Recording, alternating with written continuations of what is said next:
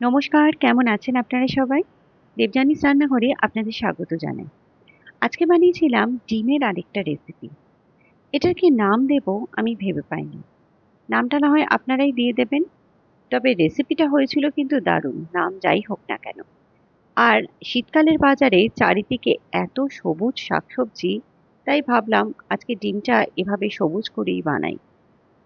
যাই নাম হোক না কেন, খেতে কিন্তু দারুণ হয়েছিল। রেসিপিটা শেয়ার করলাম। ভালো লাগলে অবশ্যই আমার চ্যানেলটাকে ফলো করবেন আর একটা লাইক শেয়ার সাবস্ক্রাইব করতে কিন্তু ভুলবেন না। তাহলে চলুন রেসিপিটা দেখে নিই। এখানে আমি একটা মিক্সিং জারের মধ্যে দিয়ে দিচ্ছি 4-5টা মতো কাজু। এটাকে একটু গুঁড়ো করে নিয়েছি। এর মধ্যে দিয়ে দিচ্ছি বেশ কিছুটা পরিমাণ ধনেপাতা, দিয়ে দিচ্ছি কয়েকটা কারি পাতা, আর এখানে আমি পুদিনা পাতাটা অলরেডি বেটে ডিপ ফ্রিজে রেখে দিয়েছিলাম, সেখান থেকে কিছুটা দিয়ে দিলাম। আপনারা ফ্রেশ পুদিনাও দিতে পারেন। দিয়ে দিলাম একটুখানি ক্যাপসিকাম, আর দিয়ে দিলাম আদা বাটা, আর ১ চামচ মতো টক দই, একটা কাঁচা লঙ্কা আর সামান্য একটু পাতিলেবুর রস আর জল দিয়ে এটাকে বেটে নেব।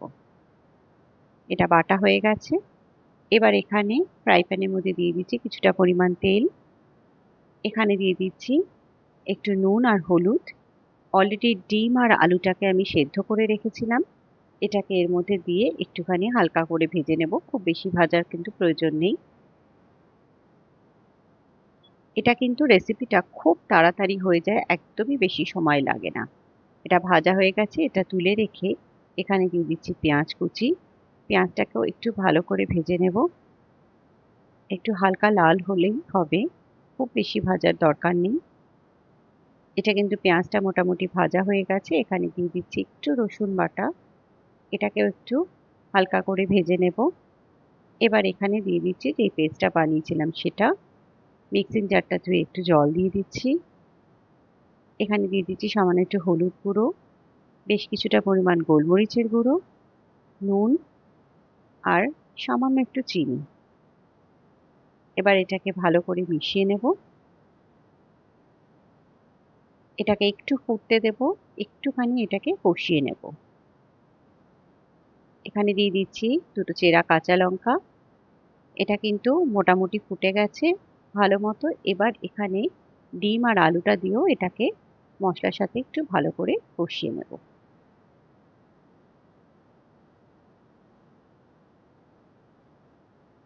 এখানে দেখুন মশলাটা সুন্দর মতো কষে গেছে। মশলা থেকে কিন্তু তেল বেরিয়ে গেছে। এবার এখানে দিয়ে দেব কিছুটা জল। তার মধ্যে আমি একটুখানি ময়দা গুলে রেখেছি। যেহেতু এখানে সেরকম কিছু মশলাপাতি পড়েনি, একটা থিকনেসের জন্য একটুখানি ১ চামচ মতো ময়দা জলের মধ্যে গুলে আমি এটাকে এখানে দিয়ে দিলাম। এবার এটাকে ভালো করে একটু ফুটিয়ে নেব। ওপর দিয়ে দিয়ে দিচ্ছি আরো কিছুটা পরিমাণ কারি পাতা, দিয়ে দিচ্ছি আরেকটু লেবুর রস। এটা একটুখানি আহ সামান্য একটু টকটকি হয় খেতে, আর বেশ ঝালও হয়। আর এখানে দিয়ে দিলাম 1/2 চামচ একটুখানি ঘি। এবার এটাকে আরেকবার একটু ফুটিয়ে নেব, তাহলেই কিন্তু এটা একদম রেডি হয়ে যাবে। ব্যাস, এবার এটা কিন্তু হয়ে গেছে। এটাকে নামিয়ে নিলাম। দেখেই বুঝতে পারলেন যে কত তাড়াতাড়ি রেসিপিটা হয়ে গেল। একটাই মশলা করে ফটাফট কিন্তু এই রান্নাটা হয়ে যায়। আর সত্যিই গরম ভাতে কিন্তু দারুণ খেতে লাগে এটা। অবশ্যই একবার ট্রাই করবেন।